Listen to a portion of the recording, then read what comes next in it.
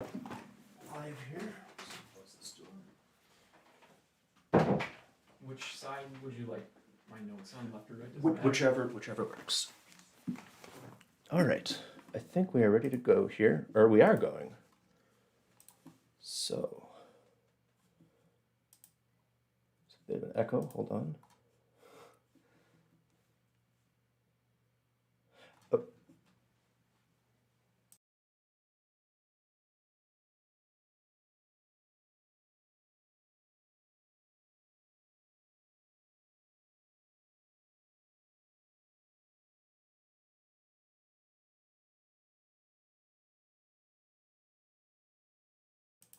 All right. Yeah, sorry about that. Hey, thanks for joining us this afternoon. We are just going through some technical things, but so we got started a little late. We'll leave it open for another minute or two to let people join. But yeah, thanks for joining us for this presentation here of the the History Speaks for this month. If you are, by the way, joining us live, thank you. If you're joining us after the fact, if you're watching the recording, just because we are going to be leaving it open for a little bit, you can just skip ahead a couple minutes and just save you all of that. Cool. So, as I said, I'm just going to double check some stuff real quick. While we're waiting, get through some things here. Thank you to our sponsor this year here for the History Speaks, Yankee Bookstore. They made it possible for us to do some of these programs. So a big thanks to them, as well as thanks to all of our members who make it possible for us to do this stuff. So if you're looking for an opportunity to support the Historical Society and you're not already a member, it's a great way to start. You can find out more at our website at marathoncountyhistory.org, or you can give us a call, that sort of thing. So, yeah. How are we doing here? I think this should all work okay here. So we're going to just double check. Cool.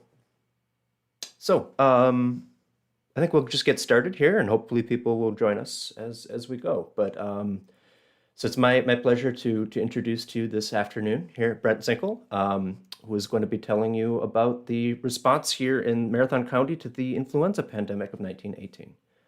With that, I'm going to... Here he is. Thanks, Ben, and thank you to the Historical Society for allowing me to share some of the research that I've been doing recently on the 1918 flu pandemic.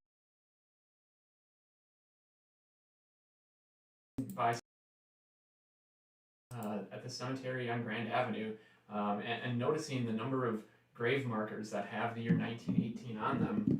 And when I started doing some digging, I was interested in learning that Wisconsin had a unique response to the pandemic, and Wausau had a unique response as well, which is why the title of the talk today is An Outlier Within an Outlier. So Wisconsin had a unique response at the state level, and Wausau had a unique response within the state. Wausau, it says Wausau's Maverick response to the 1918 influenza pandemic, which indicates that Wausau did something bold and different. So we're going to talk through exactly what that was and how the pandemic played out here in Wausau. The cartoon that you're seeing here is a cartoon that was featured in the Wausau Daily Record Herald. One of many that was featured on the topic of the flu pandemic over the course of the last 4 months of 1918 and the first couple of months of 1919. To start off today, I thought it might be worth taking a look at 2 to 3 months into the pandemic. What was the response of the State Health Board? And if you look at their quarterly report in December of 1918, you can see a pretty striking statement in which they wrote, "From whatever angle it may be considered, it will forever be remembered as the most disastrous calamity that has ever been visited upon the people of Wisconsin or any of the other states." That really is a shocking claim, and I wanted to first kind of dive into that statement. So if you take a look at where we were as a state in December of 1918, The board had already drawn a pretty dire conclusion about the pandemic, and it had really just only begun in September. During the last 4 months of 1918, more than 100,000 Wisconsinites would be stricken with the flu, and 8,459 would perish from the virus and the common resultant complication of pneumonia. Within 6 months of the state's first flu case, the pandemic killed more Wisconsinites than the state's combined losses in World War I, the Korean War, and the Vietnam War. However, when we think of disasters in the last century, we don't typically think of the flu. Instead, we typically think of World War I, in part because of the number of new weapons. It was a uniquely disastrous war. The technology of the time period had advanced much quicker than the medicine, and so we had really high casualty rates in World War I. Or some people, when they think of traumatic experiences of the 20th century, they think of the Great Depression. Others might think of World War II. Some might think of 2018 when the Bears won the NFC North title. Right? We all have these different things that stick in our mind as being some of the most traumatic experiences of the 20th century, but for most of us, we don't think about the Spanish flu pandemic. So we'll talk about why there's been this collective forgetting of the pandemic over the course of about 90 years, and then what has brought the pandemic back into our collective memory within the last 20. Today, the roadmap of where we're headed is first, we'll take a look at what life is like in Wausau in 1918, or generally what is life like in 1918. We'll really look at it through 3 lenses. First, we'll start with talking about science and technology. In many ways, 1918 will feel very familiar to many of us, yet in other ways, it'll still be very foreign. Secondly, we'll look at the fact that the United States is in World War I in 1918, and the flu origin theories, all of which are tied to troop movement in World War I. So it's very central to the story of the 1918 pandemic. And then lastly, we'll take a look at the progressive era, and specifically Wisconsin's place in the progressive movement. And that will be really central to understanding why Wisconsin had a unique response in that it had a statewide closure order and was the only state to do so. So it's an anomaly among states, and Wausau was the only city to not immediately comply, which makes it the anomaly within the anomaly. So let's take a look at the world in 1918.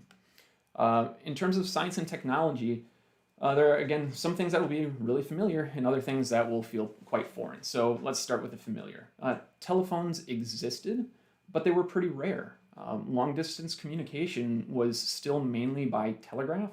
I want to say something like 35% of houses maybe had a phone in 1918.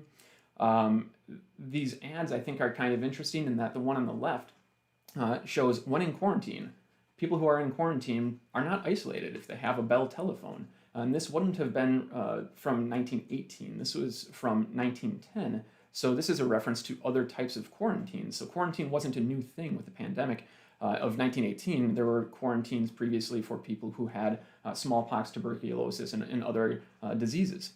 On the right-hand side, that ad might feel familiar to us too, in that they're encouraging people to order by telephone so that people don't have to all pack into a grocery store. You can order it in advance and they'll bring it out in a cart for you. So those things might feel a little bit familiar. This one will feel pretty foreign to us. Most people who are communicating long distance are still doing so by telegram. Other things that we're familiar with, there was air flight in 1918. Here's a picture of the first mail carrier in 1911. But this probably feels pretty foreign. This is what commercial aviation looked like. The first commercial airline in 1914 was from St. Petersburg to Tampa. Only lasted for about 4 months. Another familiarity would be that cars were common. If you think 5% of the population is common, right? So the car still wasn't something that most people owned. Instead, worldwide, the mule was the most common mode of transportation.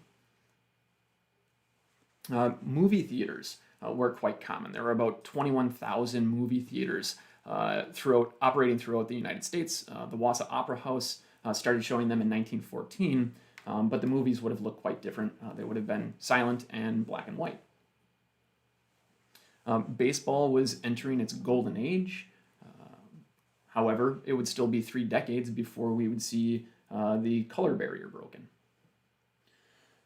In terms of other things, science and tech related that are more specific to health, by 1918, germ theory and vaccination programs had been around for quite a while.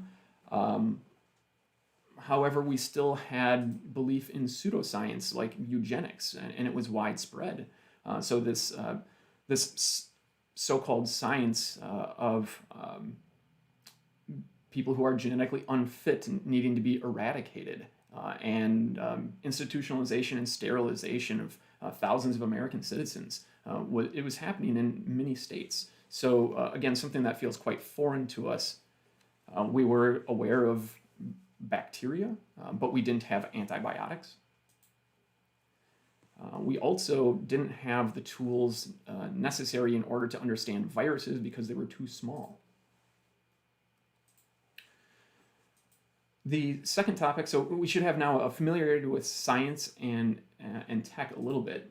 The second topic that's really central to understanding the pandemic is understanding World War I. So here's a map of how Europe was divided amongst the Allied powers and Central powers in World War I. The United States is going to join the Allied powers eventually in 1918.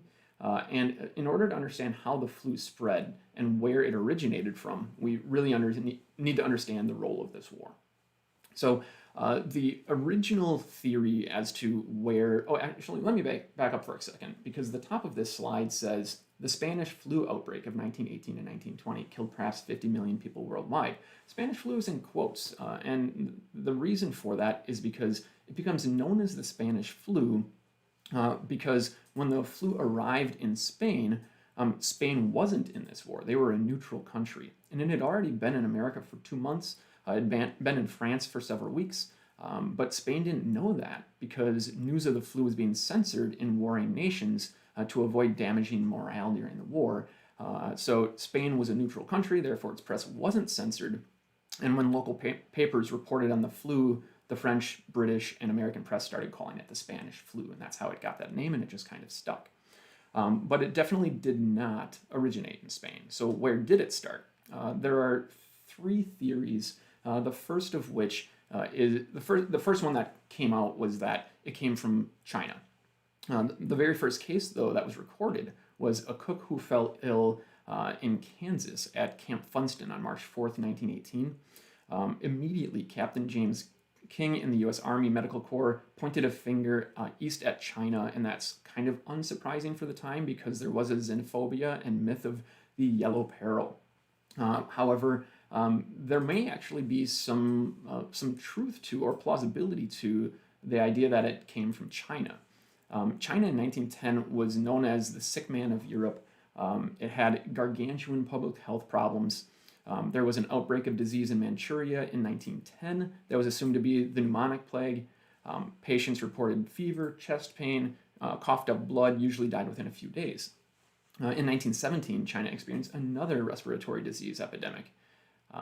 So if it started in China, how then did it make its way to the United States, Europe, everywhere else? Well, China declared itself neutral in World War I, but they also wanted a seat at the negotiating table. So there was a group of men known as the Chinese Labor Corps, who in an agreement with Britain, France, and Russia brought 335,000 Chinese laborers who would not take part in combat, but would dig trenches, mend tanks, and assemble shells. It brought them to Europe. Many of the Chinese laborers who were destined for Europe disembarked from Tsingtao Depot in January of 1918, and there were many complaints of sore throats. Were they perhaps experiencing symptoms of the flu? A second theory would be that the flu originated in Etaples, France. It's one of 2 theories that have emerged in the last 20 years. And this is a British army camp that accommodated about 100,000 men and women. It boasted 23,000 hospital beds and brought reinforcements from across the British Empire to this location on the Western Front. About 50 kilometers south was the headquarters and hospital for the CLC, so we're talking about pretty close together there. And by 1916, about 2 million humans were camped out in this small section of northern France. In December of 1916, a year before the Chinese troops reported flu symptoms, an epidemic of bronchitis was reported, in which victims' faces turned blue and autopsies revealed congested and inflamed lungs, all signature symptoms of the Spanish flu. So theory number 2 is that the flu actually originated in northern France. Theory number 3 is that the pandemic actually did start in Kansas, where that first reported case came from. So Camp Funston drew recruits from rural Haskell County, Kansas, and its inhabitants lived in sod houses, grew corn, and raised poultry and hogs. January 1918, they began to fall sick. They developed pneumonia and died. A local doctor was so alarmed by the severity of the outbreak that he reported it to the U.S. Public Health Service, even though flu wasn't a reportable disease at the time. 9 decades passed before American journalist John Barry suggested that a farm boy from Haskell unwittingly carried the virus into the midst of the American war machine, which exported it to the rest of the world. So here are the 3 theories, right? We've got the China theory, the France theory, and the U.S. theory. Regardless of whether case 0 was a Chinese laborer digging trenches in France, a poison gas victim seeking treatment at Etaples, or a farm boy from Kansas preparing to head to Europe, it's indisputable that the Spanish flu did not originate in Spain, and more importantly, that it was the war that allowed for the shockingly rapid global spread of the disease. Okay, so that's 2 things that we needed to understand before we could dive into how the flu impacts Wisconsin and Wausau specifically and how we respond. The third thing that we need to understand is the progressive movement. So the progressive movement is a nationwide grassroots movement in order to try and solve some of the problems caused by rapid industrialization and urbanization. And there are really 3 goals to the movement, kind of 3 overarching themes. One is giving more voice to the people by creating a more democratic government. So part of the movement would have been the women's suffrage movement. That's part of the larger progressive movement. A second goal was reigning in corporate power. So here you see a political cartoon in which the Senate is being depicted as run by these capitalists in the back that are drawn as money bags, and it says things like Steel Beam Trust and Copper Trust, and they're being labeled as the bosses of the Senate.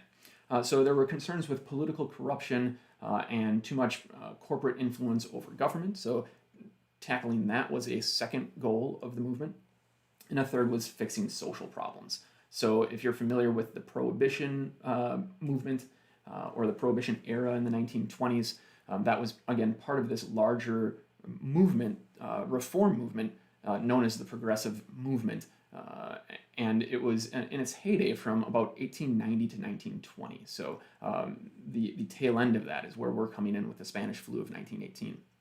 On the right-hand side, you're seeing a tenement, which is where many of the recent immigrants into the United States would have settled in places like New York or New Jersey. And so another goal of the social reformers would have been to fix problems with terrible housing, pollution.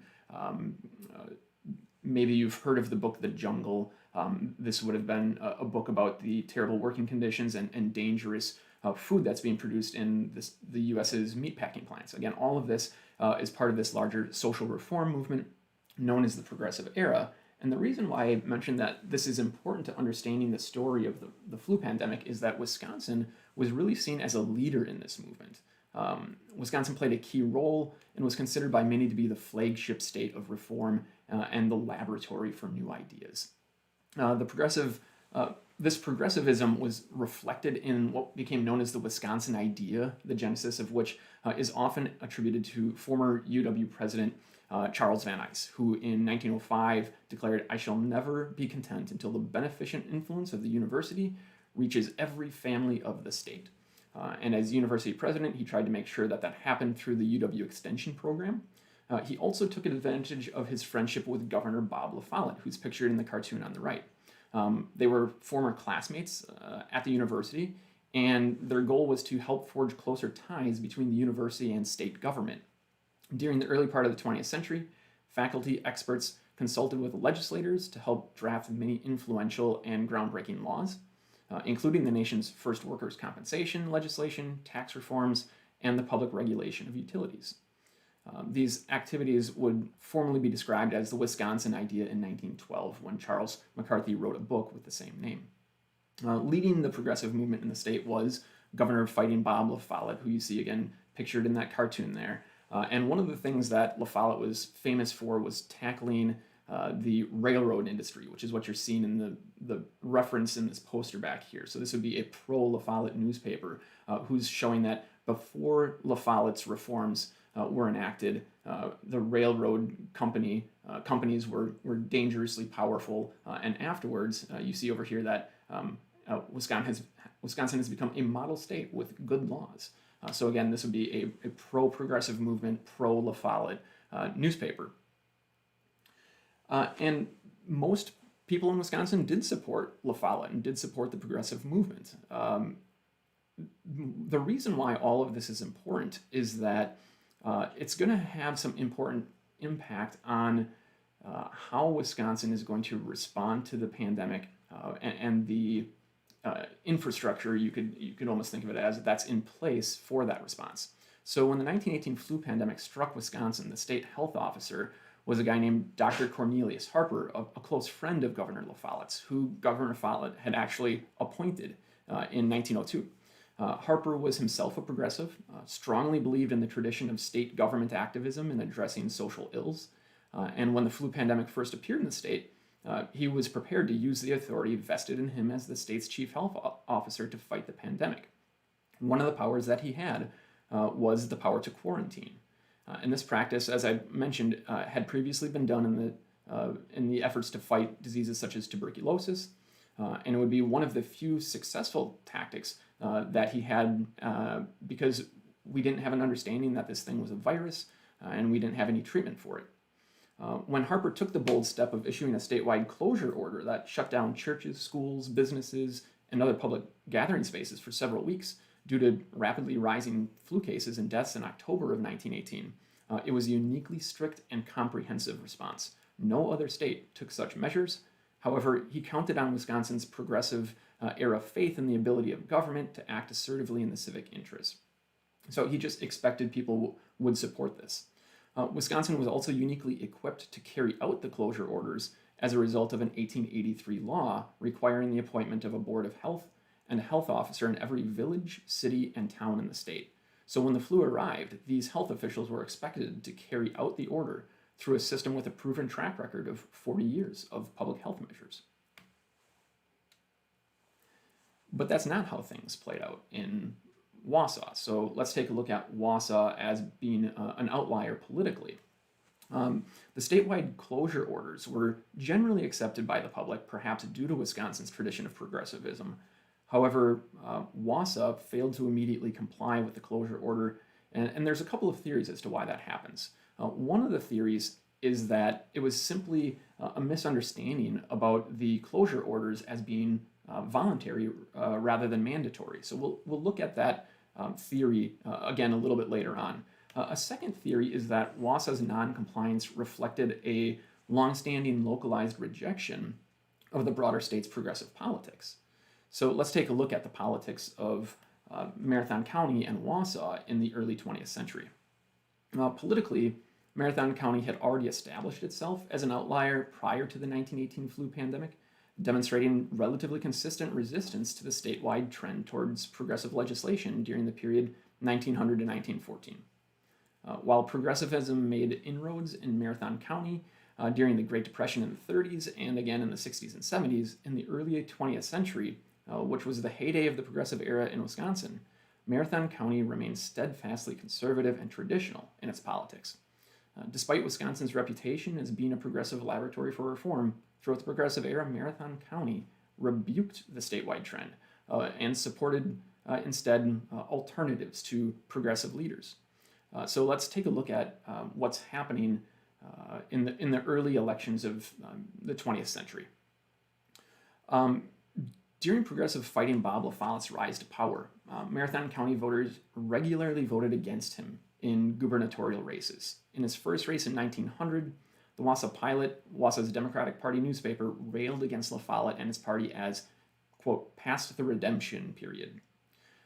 More surprisingly, the Republican Wausau Daily Record Herald also was dismissive of the challenger La Follette and instead endorsed the guy pictured on the left, the more conservative incumbent Governor Schofield. Prominent local businessmen such as Frank Chizik and B.F. McMillan also supported Schofield and steered the GOP caucus away from La Follette in a protest against the wave of sentiment that has swept over the state. Following La Follette's successful bid for election, it's unsurprising he continued to face criticism in the Democratic paper, the Wausau Pilot. However, he also faced criticism from leading Wausau Republicans, including State Senator Andrew Kreutzer, who attacked one of La Follette's key proposals, the direct primary, and was rewarded with re-election. When La Follette put the direct primary before the voters in a referendum in the 1904 election, Marathon County rejected the law by a 2% margin. This was unusual, as most of the counties in the state, including northern Wisconsin counties, supported the law.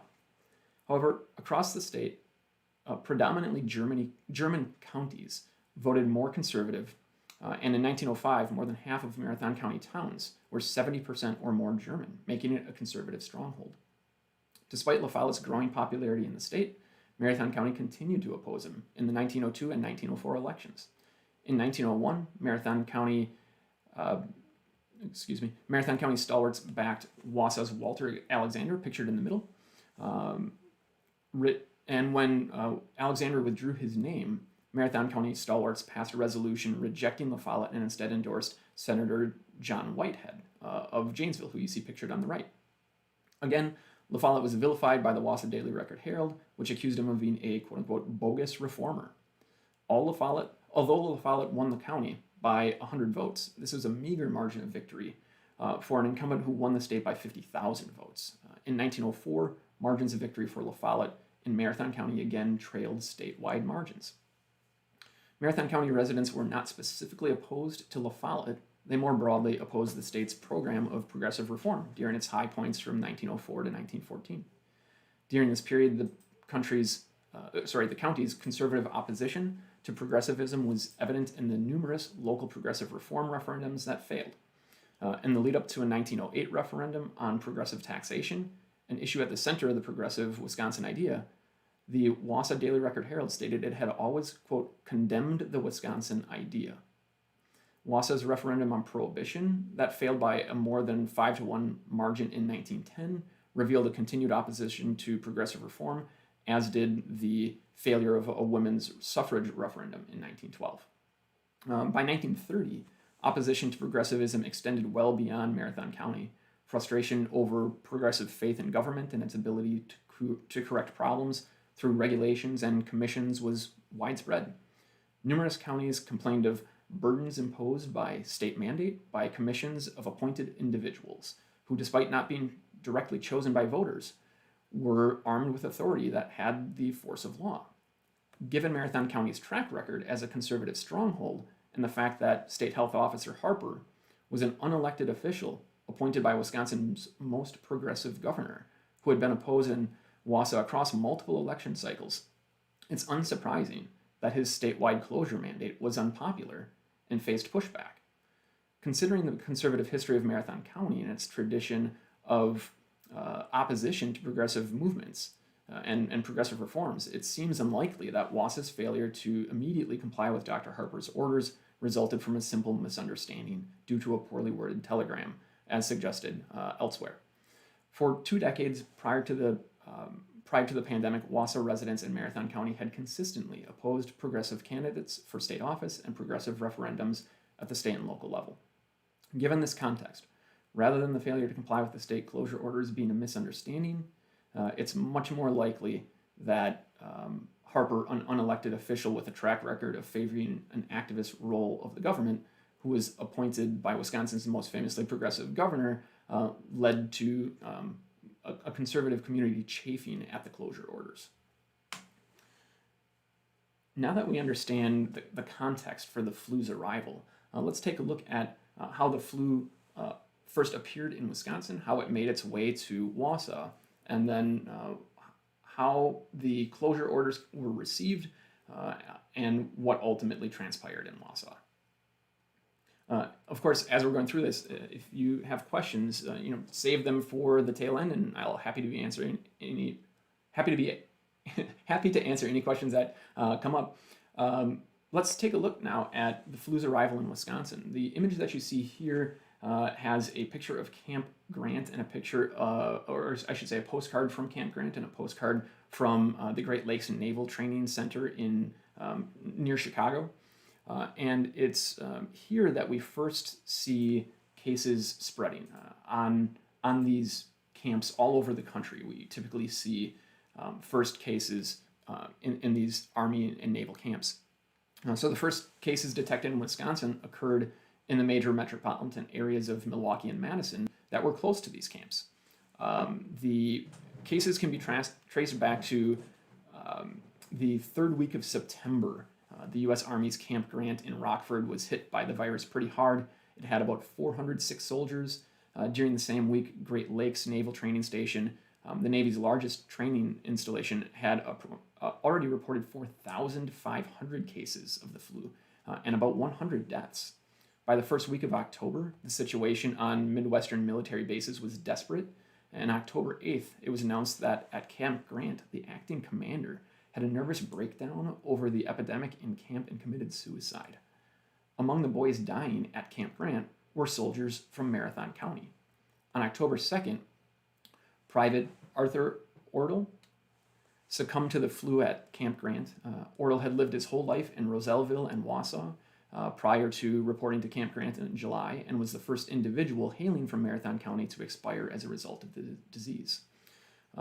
The same day as Ortle's burial, on October 7th, Sigmund Bonsdale of Mosinee died of flu at the Great Lakes Naval Training Station. Again, this is happening early October. We're seeing the first deaths.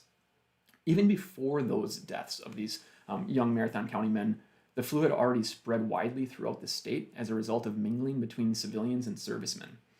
During the last week of September, 2 sailors from Great Lakes fell ill while visiting Milwaukee. Later that week, Milwaukee's health department received reports from physicians of 6 cases of the flu on September 26th. The next day, it was up from 6 to 24.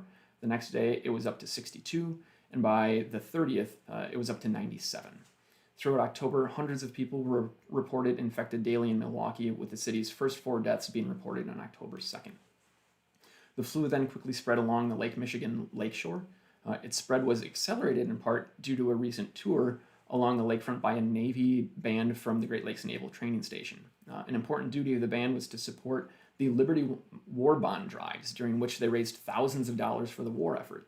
The 300-plus member band, led by John Philip Sousa, at one point during the war visited 26 cities to perform more than 40 concerts in 20 days. You can imagine how this could be a super spreader event. The band, which President Wilson referred to as the greatest band in the world, often drew enormous crowds, such as the one pictured extending for blocks in Cleveland, Ohio. From Lake Michigan port cities such as Milwaukee and Green Bay, the disease spread to inland communities by rail and highway, with numerous communities across the state reporting cases in early to mid-October.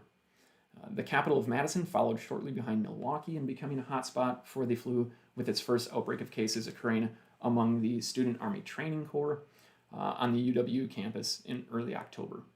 The first death in Madison occurred on October 9th, 1 week after Milwaukee's first recorded death. Much like Milwaukee, throughout October, Madison experienced a rapid spread of flu cases.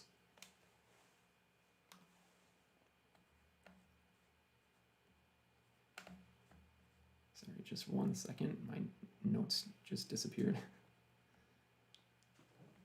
Oh, and they're back. Okay, let's take a look now at the flu's arrival in Marathon County. During the same week that Milwaukee saw its first major surge in the cases of the flu, the Wausau Daily Record-Herald announced the arrival of Dr. B.L. Schuster, coming in from Albany, New York. Schuster would end up taking over the duties of health officer for the city, and he shared with the paper when he arrived that he didn't know exactly what work needed to be done in Wausau, but he considered the 2 priorities for municipal health officials to be combating infant mortality and preventing the spread of contagious disease.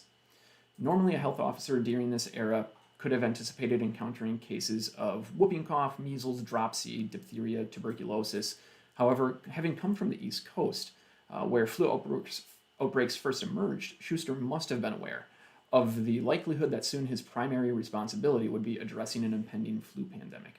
The day after he arrived in Wausau, Boston closed its schools, and nearby Camp Devens reported 100 deaths daily from the flu. Camp Dix in New Jersey reported 1,800 cases of flu, including 150 soldiers who were seriously ill with pneumonia, a common complication of the flu. At Camp Devens near Boston, a doctor described conditions there during the last week of September, and here's what he had to say. These men start with what appears to be an attack of la grippe or influenza, and when brought to the hospital, they very rapidly develop the most vicious type of pneumonia that has ever been seen. 2 hours after admission, they have the mahogany spots over the cheekbones, and a few hours later, you can begin to see the cyanosis extending from their ears and spreading all over their face until it's hard to distinguish the colored men from the white. It is only a matter of a few hours and then until death comes, and it is simply a struggle for air until they suffocate. It is horrible. One can stand to see 1, 2, or 20 men die, but to see these poor devils dropping like flies sort of gets on your nerves. We've been averaging about 100 deaths per day, and still keeping it up. It takes special trains to carry away the dead. For several days, there were no coffins, and the bodies just piled up, something fierce. We used to go down to the morgue, which is just back of my ward, and look at the boys laid out in long rows. It beats any sight they ever had in France after a battle. Given the numerous stories of the flu pandemic's devastating impact on military bases and eastern communities, Wausau residents likely felt a mix of apprehension regarding the deaths in the state's southern cities and hope that maybe the more rural counties like theirs would still be spared. However, unbeknownst to them, by the time Milwaukee began reporting its first cases, the flu had already arrived in Wausau. The first cases of the flu would appear just 48 hours after Dr. Schuster's September 23rd arrival. Wausau residents Mr. and Mrs. Brent Zinkel and their 4-month-old child had been visiting Mr. Stanky's brother at the Great Lakes Naval Training Station. When they returned to Wausau on September 25th, all members of the family were seriously ill with the flu. Influenza spread quickly in Wausau, and only a week after the first reported cases, fear began to spread that Wausau would experience an epidemic similar to that in eastern cities. However, Wausau's community leaders initially downplayed the situation, with some physicians reportedly describing the flu as just plain grippe with a kick, grippe being an informal name for the common flu. Several of the city's officials worked with the city health officer and school nurse to conduct a survey of the schools, the result of which was a conclusion that, aside from a few cases of colds, the pupils were in good health. Dr. Schuster announced a plan to call a meeting of the city's physicians in a few days to arrange for a system for the tabulation of cases coming to each physician's attention in order to track the progress of the disease in the community. However, rather than being mandatory, each physician's reporting would be voluntary, and as a result, no official could accurately assess the actual number of cases in the community. During the first week of October, the number of cases being reported in Wausau began to rise dramatically. Following Dr. Schuster's meeting with the city's physicians on October 4th, the City Board of Health issued a warning to the public in the daily paper on October 5th, requesting strict observance of the following rules. 1. Avoid contact with those persons having flu. 2. Call a physician without delay if displaying symptoms. 3. Stay at home if ill. 4. Wash hands frequently. And 5. Use a handkerchief if you must cough, spit, or sneeze. The city's physicians and Dr. Schuster decided that, as a means of combating the flu, special placards with the above warning would be posted throughout the city. On the same day that the Board of Health's warning to the public was printed, the city also announced it would hold a, quote, mammoth parade the following Saturday. The event was billed as the largest parade in the history of the city, and the purpose of the parade was to commemorate Columbus Day, and more importantly, to promote the Fourth Liberty Loan Drive to raise funds for World War I. Wausau residents were called upon to show their patriotism and were pressured that, quote, in one way or another, everyone who can should participate in the Liberty Parade. The city anticipated that every pupil from every school would march, along with all the churches, lodges, and societies in Wausau's greatest patriotic parade. Similar events were planned in Stratford and other Marathon County communities. In the midst of planning for this event, on October 7th, A.I. Lathrop of Wausau passed away from pneumonia, a complication of influenza which he had contracted 4 days earlier. His passing marked the first recorded death from the flu to occur in the city.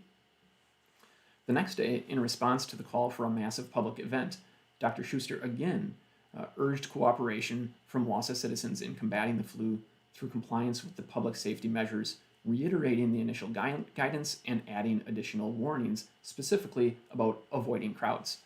He also provided instructions to school leaders on flu prevention measures and ordered theaters to limit the number of people attending performances to the actual seating capacity to avoid overcrowding. In order to raise awareness of the risks of the disease and how to avoid its spread, Employers Mutual Liberty Insurance Company printed thousands of placards for its patrons to post in their factory and shop windows.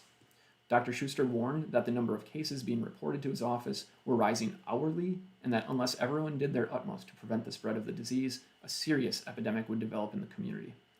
A number of cases reported through the previous evening was 18. However, as the result of the reporting cases by physicians was a voluntary measure, the total number of cases in the city was probably significantly higher.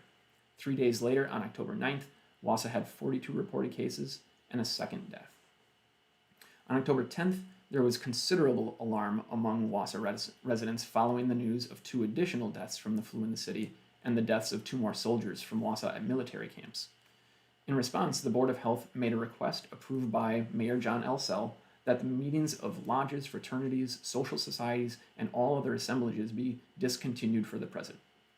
Beyond this call to voluntarily reduce public gatherings, the city also called off the high school football game between Wausau and Merrill and the upcoming annual Central Wisconsin Teachers Association convention due to fears that these events might lead to increased spread of the flu among pupils. Surprisingly, though, it was deemed unnecessary to abandon the upcoming Liberty Parade, which had been billed as the biggest spectacle of its kind. Later, due to complaints from concerned parents, city officials acquiesced and canceled the event. This decision likely saved hundreds of lives.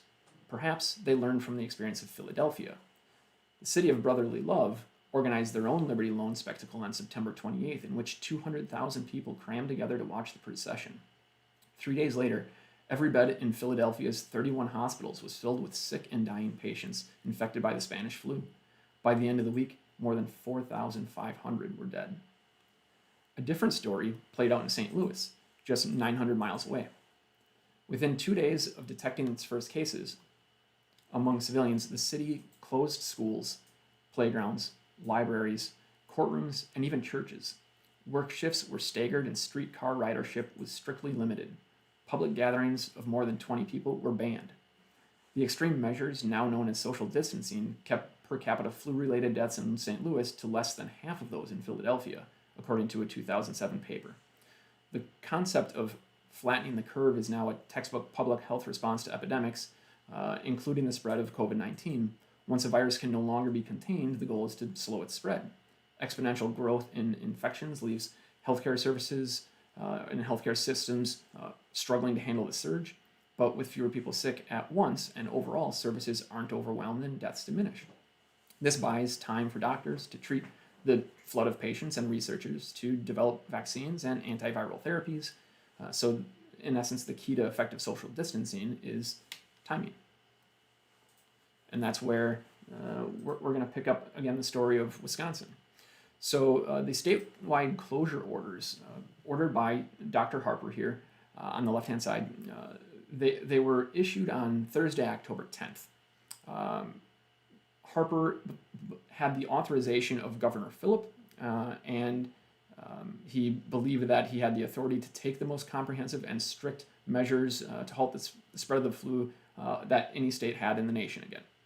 He ordered all public institutions in the state closed, including schools, churches, theaters, and any other public meetings. Harper's order followed a recommendation and authorization from U.S. Surgeon General Rupert Blue to public health officers to close public institutions if warranted by local conditions, stating there is no way to put a nationwide closing order into effect, as this is a matter which is up to the individual communities. Wisconsin's statewide closure order was an anomaly. It ultimately proved to be the only state to respond with these types of uniform statewide measures, unusual both for their aggressiveness and the population's willingness to comply with them. However, in retrospect, Harper's order should not be altogether shocking. Again, he was a progressive, a strong believer in the Wisconsin idea, and a supporter of government activism in addressing societal ills. Moreover, he served as the chief health officer of a state with a long-standing reputation as a leader in the progressive movement and a decades-long history of having a well-coordinated public health system. As a result, he likely felt confident his orders would be complied with statewide, with minimal resistance. While the state of Wisconsin's statewide closure order was anomalous in the nation as the most comprehensive approach to combating the flu, Wausau represents an anomaly within an anomaly. Wausau was the only community in the state to not immediately comply with the order, delaying several days before closing its schools. This begs the question of why. And we've already talked a little bit about why, but I want to come back to the idea that this was a misunderstanding. So historian Stephen Berg, an assistant professor of history at Shippensburg University in Pennsylvania, addressed this question of why didn't Wausau comply in an article that he published in 2000 in the Wisconsin Magazine of History. Berg's analysis suggests that Wausau's non-compliance was a result of confusion caused by the state health officer Dr. Harper's telegram to local health officers being poorly worded, and therefore resulting in local officials not realizing the order was compulsory. Specifically, he pointed to a line which reads, quote, "Order issued as an advisory order. Local boards of health to use own judgment in closings," end quote.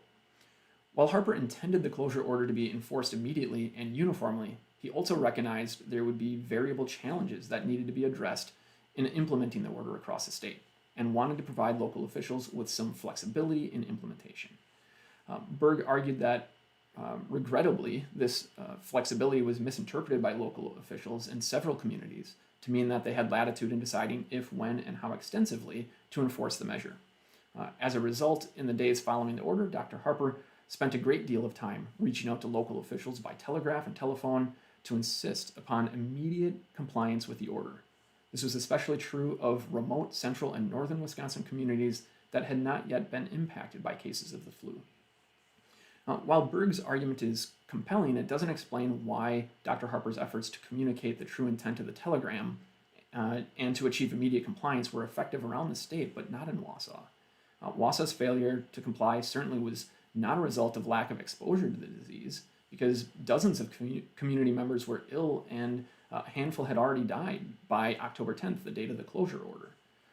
Based on the Daily Herald Record's coverage of the closure order, it appears that the confusion over the closure order may have, in actuality, been a willful misunderstanding. The paper's initial recording on the closure order on October 10th reveals immediate displeasure, describing it as, quote-unquote, drastic. The paper also bemoaned Wisconsin being the first state to accede to the Surgeon General's request to take necessary actions to stymie the flu. When considering the paper's interpretation of the closure order, one should also consider an early history of Marathon County written in 1913 by Wausau resident Judge Louis Marchetti, in which the author acknowledged that the Wausau Daily Record Herald was, quote, not in sympathy with many of the so-called progressive measures, end quote. As the only daily English language newspaper in the city, the publication likely had great influence over the attitudes of the community toward the progressive movement in general, and more specifically, the extent of the powers given to unelected officials such as the State Board of Health. If the position of the Daily Record Herald was reflective of the broader community's perception of and general conservative opposition to progressive reforms, and the establishing of appointed commissions that had the power to make statewide decisions, such as the Board of Health's closure order, this would more sufficiently explain why Wausau was unique in its delayed compliance. Wausau did ultimately comply with the closure order, in part due to the efforts of Walter B. Heineman. W.B. Heineman was known and respected as the president of Wausau's B. Heineman Lumber Company and the chairman of the executive committee of the state Republican Party. However, more importantly, he was also a member of Selective Service District Board Number 2. In his capacity as a board member, Heineman held jurisdiction over approximately 30 local draft boards, charged with the registration, call, and entrainment of thousands of draftees. It was in this capacity that he sent a letter to Mayor John Sell on October 12th, in which he demanded compliance with the closure order as an issue of national security. And here you can see that notion in the images. This PSA, coughs and sneezes spread diseases as dangerous as poison gas shells. Spread of Spanish influenza menaces our war production. So the argument here is that if we don't follow the closure orders, and the flu is able to spread more through central Wisconsin, it will mean more sick people, more people who aren't able to work, more people who might end up getting sent to a camp and bringing the flu with them, or getting sick and not being able to get to a camp. So the idea here is this is a matter of national security. We need to close down the city because it's our patriotic duty to do so. It was clear from Heinemann's letter that Wausau's city officials didn't plan to enforce the state closure order anytime soon. In his letter, a clearly frustrated Heinemann wrote that the previous day he'd gone before the city health committee to give his opinion on the advisability of immediately closing all Wausau schools. He articulated that the State Board of Health's orders were mandatory as a result of being made under the authority of the U.S. Surgeon General and Governor Phillips, and as a member of the state draft board responsible for raising troops in Wisconsin, Heinemann warned that non-compliance would, quote, interfere with the raising of Wisconsin's quota, and, end quote, and that's a reference to its quotas of troops. However, he left the meeting under the impression that they would continue keeping schools open based on comments made by Board of Health members that Governor Phillip was not a health officer and was not able to judge the situation in Wausau. These comments by Wausau's officials reveal an underlying philosophy of local control and a belief that the state closure orders were an overreach by a progressive activist state official. After Heinemann shared his concerns with Dr. Harper in Madison, the state health officer asked Heinemann to communicate to city officials that Wausau was the only city in the state or in the United States that was not complying with the request so far as he knew, that it was not only a state but a federal order, that if not complied with, he would undertake to quarantine the entire city, and that failure to comply with it would lay any community open to criticism of being a pro-German community. Now that last point is important. Being perceived as pro-German while the country was at war with Germany was a serious concern for the largely ethnically German community of Wausau. In fact, to avoid any questions of loyalty, W.B. Heinemann's father, Ben Heinemann, director of the National German-American Bank, and the bank's board voted for a name change, dropping German from the name.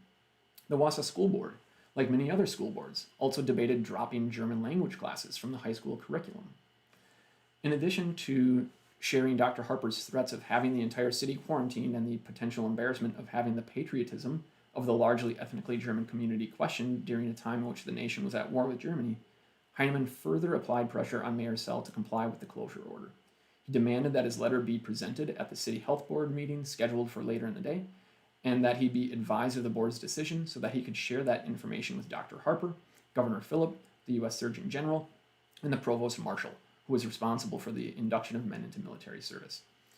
After a series of phone calls between Dr. Harper and the Wausau officials still failed to remedy the situation, Harper requested a face-to-face meeting in Madison.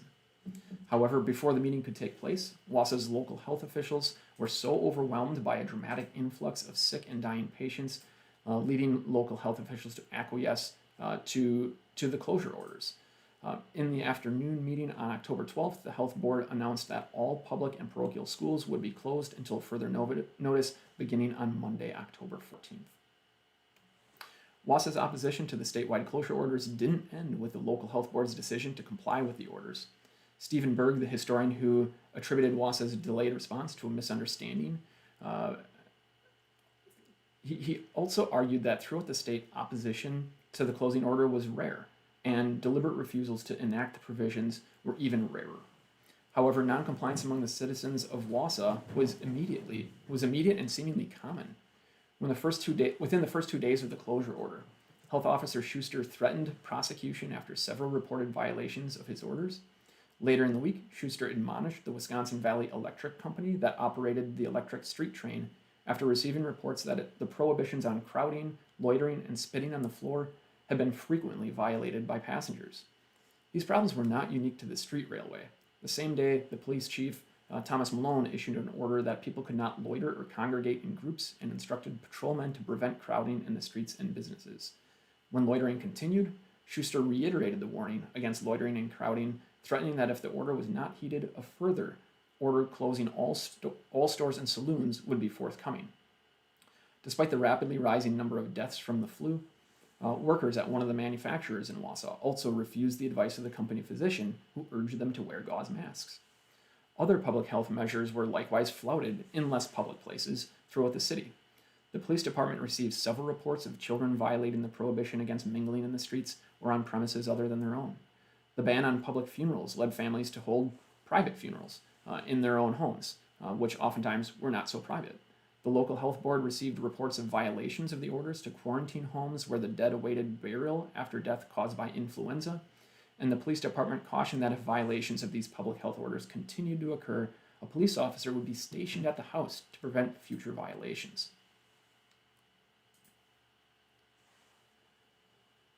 The delayed response to the closure orders by Wausau officials and the continued reluctance among the general public to abide by the new public health measures resulted in tragedy.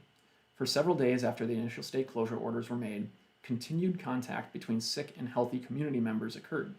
On October 9th, the day before the state closure order, there were 44 identified cases of flu in Wausau. 3 days later, when local officials assented to the closure orders, physicians reported 150 cases.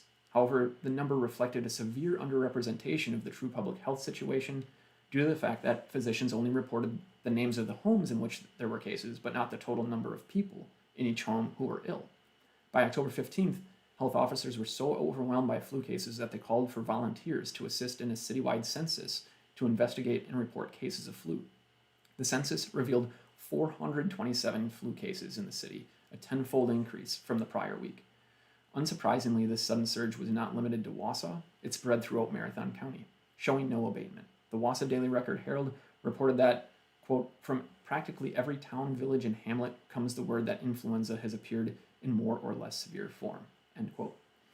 Despite the alarming increase in flu cases, Wausau officials continued to underestimate the severity of the crisis. On October 18th, Dr. Schuster expressed his belief that the crest of the flu epidemic had passed, and that the number of cases would begin to gradually decrease. 1 week later, in interviews with 10 local physicians, 9 expressed a belief that the number of cases were in decline. The next day, October 26th, it became clear that the local health officers had misjudged the situation when the Wausau Daily Record-Herald reported 6 deaths from the flu, the highest number of recorded fatalities in a 24-hour period to date. In fact, the peak of the pandemic was not reached until the last week of October, when the city averaged 29 new cases per day.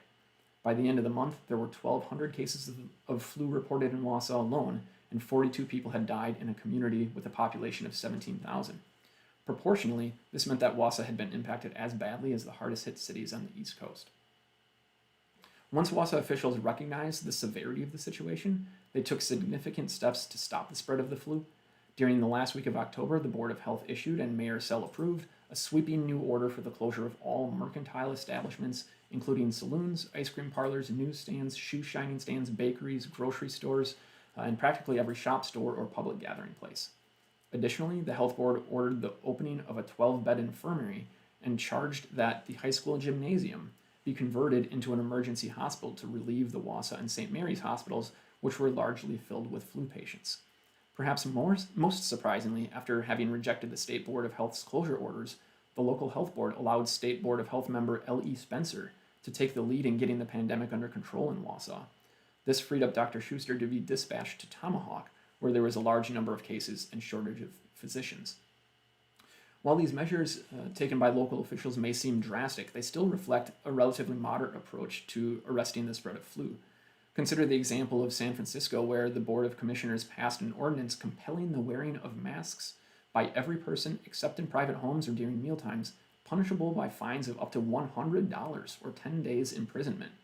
Or consider Ure, Colorado, where men armed themselves and guarded a mountain pass, turning back 100 non-residents in order to keep their city free from the flu.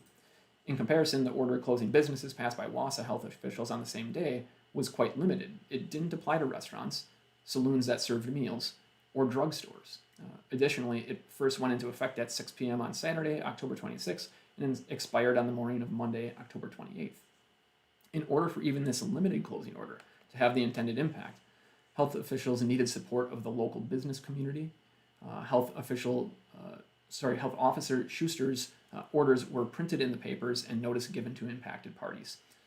Deputy State Health Officer L.E. Spencer also pressed that benefits from the order would only be achieved if proprietors of businesses of like characters in the towns adjoining the city cooperated.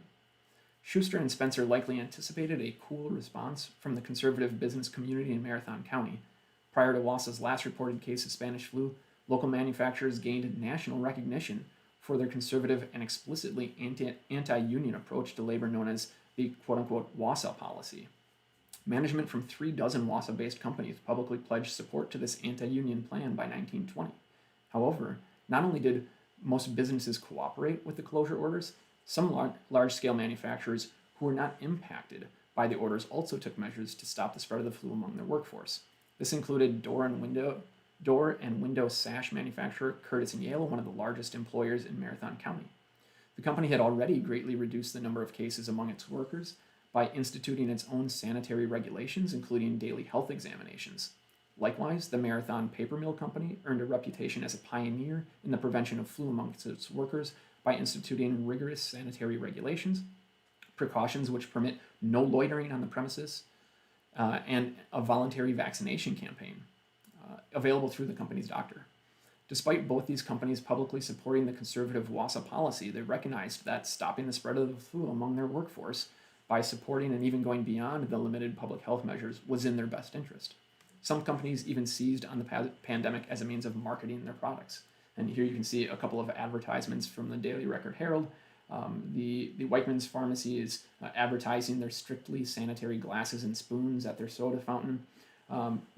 The Bert Schwanberg drugstore down here is advertising for Basic-Hill, a powerful sterilizer, deodorant, disinfectant.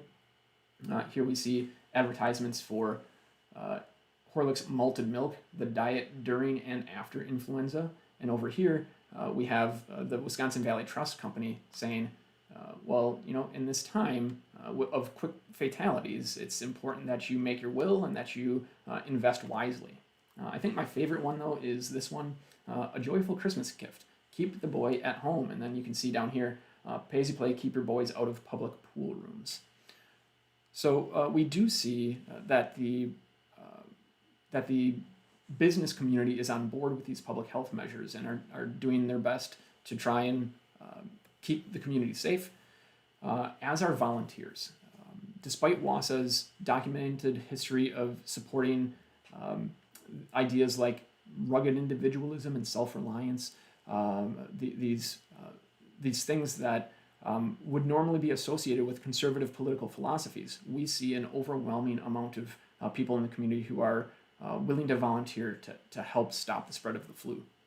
And maybe this overwhelming number of people who are willing to help and willing to volunteer comes in part from the fact that a lot of people had already been asked to sacrifice in many ways, and so they were used to sacrifice during full-scale wartime mobilization efforts. Citizens who'd already been called upon to buy war bonds, reduce consumption of wheat and meat, and grow victory gardens were now responding to just one more call to collective action and sacrifice. Across the country, the American Red Cross responded to the pandemic by organizing workers who provided nursing services, produced food, transported patients and healthcare workers, provided aid for families of patients afflicted with flu. Locally, Miss Frances Elbers of the Red Cross Home Service coordinated with health officials to respond to the crisis. In addition to 15 women working daily to sew gauze masks, Red Cross Home Services also conducted the city's census to determine the total number of cases present after the city's physicians were overwhelmed. The Wausau Board of Health also coordinated with other local civic organizations. The Women's Benefit Association of the Lady Maccabees, a fraternal organization that provided low-cost insurance and final expense-related benefits, sent out cards with preventive precautions to members' homes. The Ladies' Literary Society organized mask making. When the city's census revealed that many households were in need of help with household chores such as cooking, cleaning, doing laundry, and tending to the sick due to one or more adults in the household being ill, the Federated Charities provided volunteers who risked their lives going into homes to assist families.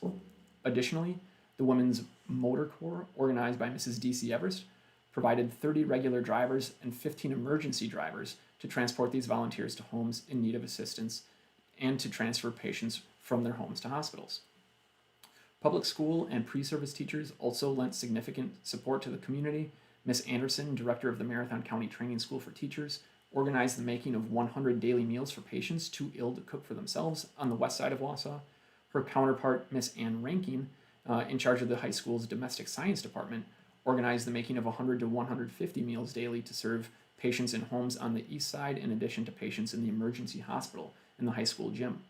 However, Wausau's seemingly united and humanitarian spirit in fighting the pandemic was short-lived. When the pandemic continued to drag on over several months, a rift developed between those who wanted public health restrictions lifted and those who believed it was their patriotic duty to support the Board of Health mandated measures. By early November, schools were reopened and bans on public gatherings lifted as a result of the number of cases reported in November being half of that of those reported in October. December's case rate followed the same downward trajectory. However, the virulence of the disease rose dramatically over the same period, from 1 death in every 29 cases in October to 1 in 15 in December. When the Wausau Board of Health met on December 9th to decide whether any additional public health measures were necessary, it was clear that many community members were strongly opposed to any additional closure orders. The Wausau Daily Record-Herald reported that many of the influenza placard signs posted on homes with known flu cases by order of the health department were being torn down by community members. It also reported that the people of the city seemed unconcerned about the pandemic and that public gatherings were still being held widely, despite a ban on such gatherings. Displaying a similar attitude toward the pandemic, the Board of Health, made up primarily of local businessmen, met in the morning and unanimously decided to not impose any new public health bans on public activities. In the afternoon, the board met again and heard from representatives of the school board and the business community, both of which insisted on the importance of keeping schools, factories, stores, and amusement places open. The decision by the board proved controversial and was condemned by many community members who were frustrated by the lack of action despite Wausau having hundreds of flu cases, with 1 out of every 15 dying. One citizen concluded that the quote-unquote selfish plea of those concerned about their businesses being hurt by closure orders had influenced the board. The board was further condemned by Dr. Smith, a local physician who criticized it for acting like a, quote, crowd of schoolboys, end quote. Smith further argued that it was the belief of all physicians that all businesses should be closed up tight. In response, the board met again on December 11th and implemented a new ban, once again closing schools, churches, and some businesses. The decision was as controversial as the previous one and received a blistering rebuke from community member Edie Widmer, who slammed the board for closing his Wausau Business College and catering to the clamorists who had demanded the board do something. In response, the board again reversed itself on December 21st, lifting the restrictions on businesses but leaving public schools closed. By the first week of January, daily case numbers had decreased enough that schools were reopened. The situation further improved in February, and by March, all restrictions on public gatherings were lifted. By March of 1919, 114 deaths resulting from flu had been reported by the city's health officer. However, the likelihood that this number represents the full scope of the city's loss is questionable. Wausau continued to experience small numbers of influenza cases throughout the rest of 1919 and into 1920. If any of these cases resulted in death, they would need to be added to the city's total number of deceased individuals. The toll the pandemic took on the rest of Marathon County is significantly more challenging to assess. The State Board of Health's annual report from 1919 to 1920 reported 93 deaths in 1918 and 62 in 1919, for a total of 155 flu deaths in all of Marathon County. However, after subtracting the deaths reported in Wausau, this leaves an implausibly low number of just 41 deaths in the rest of the county, where a full 2/3 of the population lived. The number is likely an underestimate for several reasons. First, public health information on how to prevent the spread of the disease would have been less accessible in the more remote portions of the county, resulting in lower levels of adherence to recommended protocols for stopping the spread of the virus. Additionally, rural residents lacked access to the medical services provided by the Red Cross volunteers, physicians, and hospitals in Wausau. This lack of access to healthcare providers would naturally result in poorer health outcomes, including increased mortality rates. Another important factor to consider is that the State Health Board was reliant on local health boards for tabulating mortality rates. Wausau's local health board likewise relied upon reports by hospitals and the physicians and Red Cross volunteers visiting homes in the county's visiting homes. As such, one can conclude that rural case numbers and mortality rates were likely underreported due to rural residents not having access to hospitals or contact with physicians and volunteers who are responsible for reporting cases and deaths. As a result, one estimate puts the number of deaths in the rural parts of the county at double or triple that of the city of Wausau. While these numbers are helpful for understanding the scale of the pandemic, it can maybe be best understood by considering the personal tragedies of the community. One death that was particularly traumatic for the city was that of Mrs. Rolfe. She had been one of the first volunteer workers to offer her services in the homes of sick families and was caring for 4 families when she died of pneumonia. As the death rate table produced by the city of Chicago indicates, so this one over here on the left of the screen, often it was people in the prime of their life who were struck the hardest. So if you take a look at the years 20 to 30 and the years 30 to 40, it's showing that a very large percentage of the people who die are coming from people who are in the prime of their life, and that posed a unique set of challenges for the community, as evidenced by the death of Margaret Kingsbury. When the 26-year-old died of flu a week after her husband, they left behind 2 small children. The loss of multiple family members in a household to the flu was not uncommon. Percy Swance died 10 days before his father. Mrs. Hepner and her sister-in-law passed away from flu on the same day. One couple lost both their 6-year-old and a 2.5-month-old child on the same day. The Coyne family lost 4 family members over 3 weeks. Despite these personal tragedies and the fact that the 1918 influenza pandemic killed more people than any event since the Black Death in the 14th century, until recently, the flu pandemic had largely been forgotten. World War I and World War II have received far greater scholarly attention than the flu pandemic, in spite of the fact that the flu killed more people than either conflict and possibly more than both wars combined. Likewise, among the general public, there occurred a collective forgetting of the number one killer of the 20th century. Cemetery markers are a quiet reminder of the personal and private tragedies suffered by countless families who lost loved ones, but whereas the collective remembering of wars is encouraged through the erection of monuments, few public memorials or monuments commemorating the 1918 flu pandemic exist. One possible explanation for this gap in our collective memories is that the narrative of the flu pandemic is simply challenging to display as a specific moment. Wars tend to be remembered through the elevation of national heroes and the commemoration of significant events, such as the D-Day invasion or the famous flag raising on Iwo Jima. However, the heroes of the flu pandemic were out-of-view scientists working to understand the virus and countless community volunteers assisting those stricken with the illness in the privacy of their homes. Additionally, the eventual victory over the flu was incremental and varied by geographical location as the flu slowly receded in the spring of 1919, leaving few opportunities for collective celebration. There would be no community events to mark the end of the pandemic, like the victory parades celebrating the end of the war. However, a renewed interest in the 1918 flu pandemic was evident in its inclusion in several blockbuster film and television series circa 2010, such as Downton Abbey and The Twilight Saga. Multiple factors account for this recent increase in interest. One of the earliest stimulants was the 1998 International Conference held in Cape Town on the history of the pandemic, the first of its kind.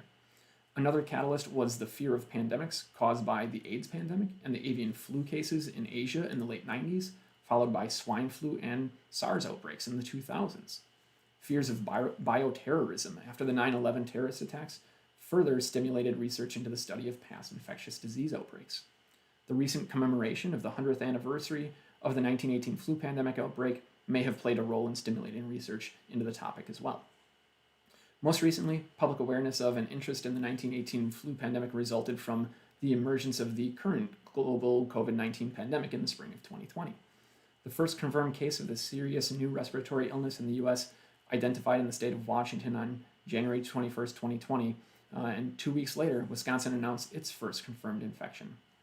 By late March, the situation in Wisconsin had become desperate, as evidenced by the shocking headlines from the March 23rd, 2020 edition of the Wausau Daily Herald. Despite the devastating impact it would have on local economies, communities in Wisconsin's Northwoods and other tourist destinations issued statements discouraging visitors from heading north to their typical summer escape locations.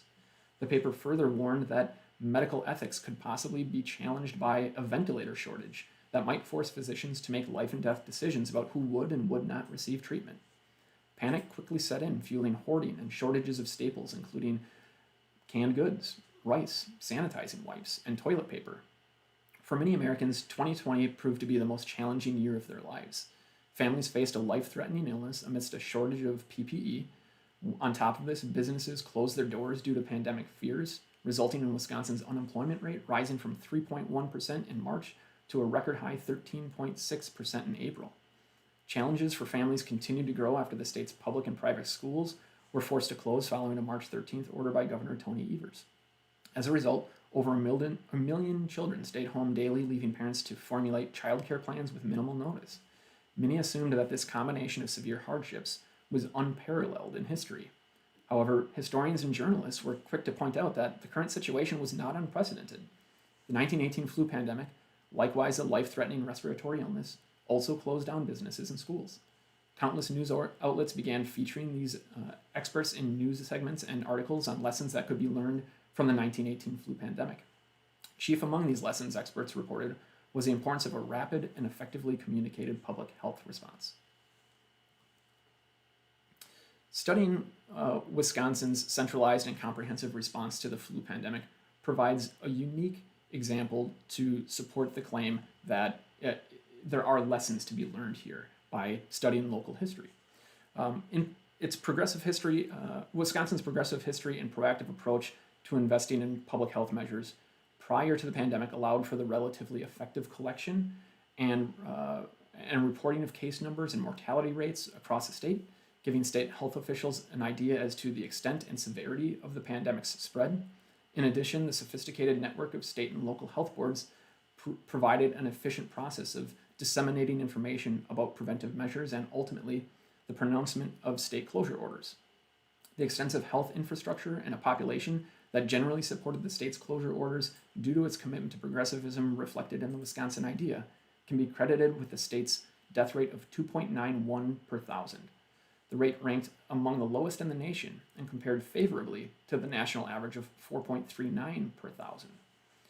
Just as studying Wisconsin's unique and effective comprehensive response to the flu pandemic can prove useful, analyzing Wausau's solitary resistance to the statewide closure order can be equally productive. While a surface-level analysis would reveal the simple takeaway that Wausau's failure to comply with the closure order resulted in high cases and mortality numbers for the city, there are other key lessons to be learned by studying Wausau's idiosyncratic response, most of which deal with trust in government officials. Among these is the danger for officials of engaging in what is perceived to be an overreach of power. In the case of Dr. C.A. Harper in 1918, this perceived overreach resulted in local opposition to a state mandate. Another critical conclusion to draw from studying Wausau's response to the state closure order is that public health crises require open, honest, and consistent messaging to engender trust and ultimately compliance with public health measures. In the case of Wausau, during the flu pandemic, faith in government officials, belief in a coordinated effort, and understanding of the danger of the flu evaporated on December 8th. On the same day that Dr. Schuster implored city residents to do their civic duty by avoiding crowds, other city officials pressured locals to demonstrate their patriotism by turning out en masse to demonstrate their patriotism in the Liberty Parade. Finally, the statewide closure by a Wisconsin official was an anomaly among all states in 1918, and Wausau's noncompliance was an anomaly within an anomaly. However, this is not the case in 2020 during the COVID-19 pandemic. Statewide closure orders were common, and so was local opposition. As opposed to the political environment of 1918, in which there was a widespread belief in experts and government officials to address societal ills, the current political landscape reflects a populism that is instead generally distrustful of traditional establishments, institutions, elites, and experts.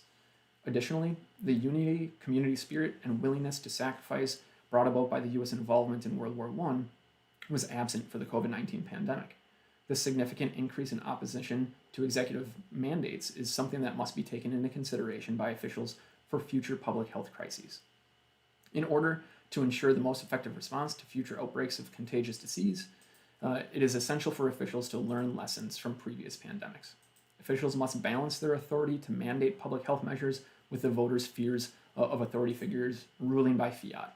Political officials must consult with scientific experts to transparently share essential health information, and political parties must refrain from attempting to score political points from the public health emergency. If officials learn these lessons from 1918 and 2020, there's hope that the next pandemic will result in fewer personal tragedies. Thank you for your time. I'm happy to take any questions if we had any, Ben. Yeah. Let me see here. Yeah. Okay. Turning my mic on here. I know there's a little bit of an echo. We'll try to avoid that. But anyway, yeah, great job. This is.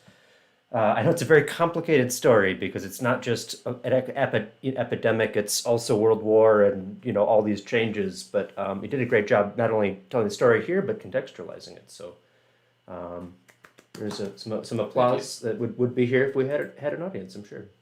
And I want to explain the last slide. This is from the Wahiskin yearbook from 1919. So thank you for saying this. It's a complicated story because that's not how the Wahiskin shows it. Instead, it's this girl, Billy. Unfortunately, she gets the blame for it. Billy Kneeling sneezed on October 24th and influenza.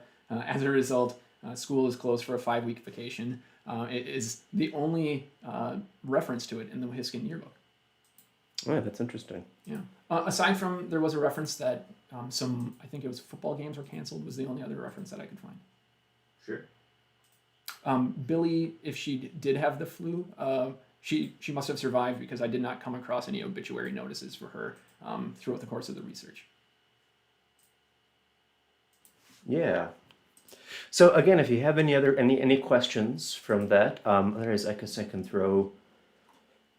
I had some thoughts here. Well, I think it's really interesting.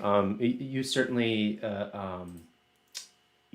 putting the context of the sort of conservatism, but I think there's also sort of an interesting thing where Wausau is very isolated. Like we're not part of this wider Wisconsin. Like there's little connections here and there, and then World War I comes, and all of a sudden we're part of the bigger world because it's actually sort of a whole new civic sort of philosophy of all right, we're going to be and I think big part of that is because of World War I. But listening to this is like, oh, this is probably a lot of having to figure out how that fits into the administration of health services and that sort of thing. But I was curious. I guess one thing I was thinking about is that you also have during this time the socialists take over here. So really, there's a large number of socialists who, in part because of the sort of German protest vote, right? They get in. So there was clearly some sort of progressive sentiment here. Yeah, I would agree with that. That there is some level of it, and had also read about that socialist growth, not only in Wausau but in Milwaukee, of course.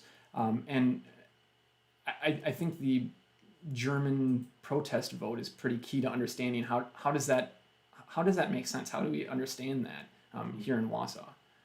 But yeah, I wouldn't say that there's you can see in the way that the community is divided that there's kind of this rift between those who do support the progressive movements and the public health measures and others who don't appreciate those state closure orders coming down from above. Yeah, for sure. Okay, well, so one question was there a slowdown in home building during this period? That I don't know if that's something that would have come across.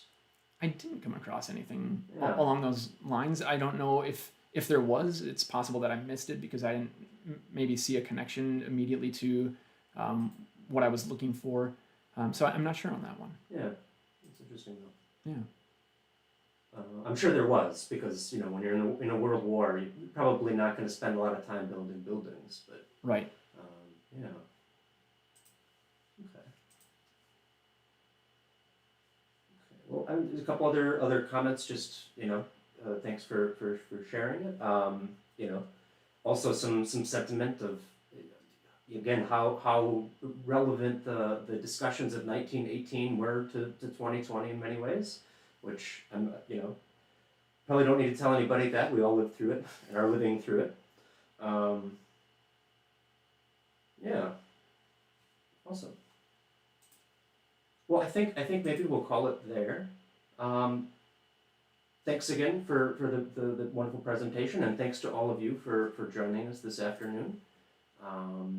This is normally where I would plug the next one coming up next month, but we're actually taking the month off for the summer. Go out and enjoy the hopefully nice weather we'll have. We'll be back in July, so keep an eye out for that. We will announce that information when we have more to share. But I think for now we'll just call it a day. Enjoy the rest of your afternoon, and thanks again for watching. Thanks for joining us, and thank you to the Historical Society for the opportunity.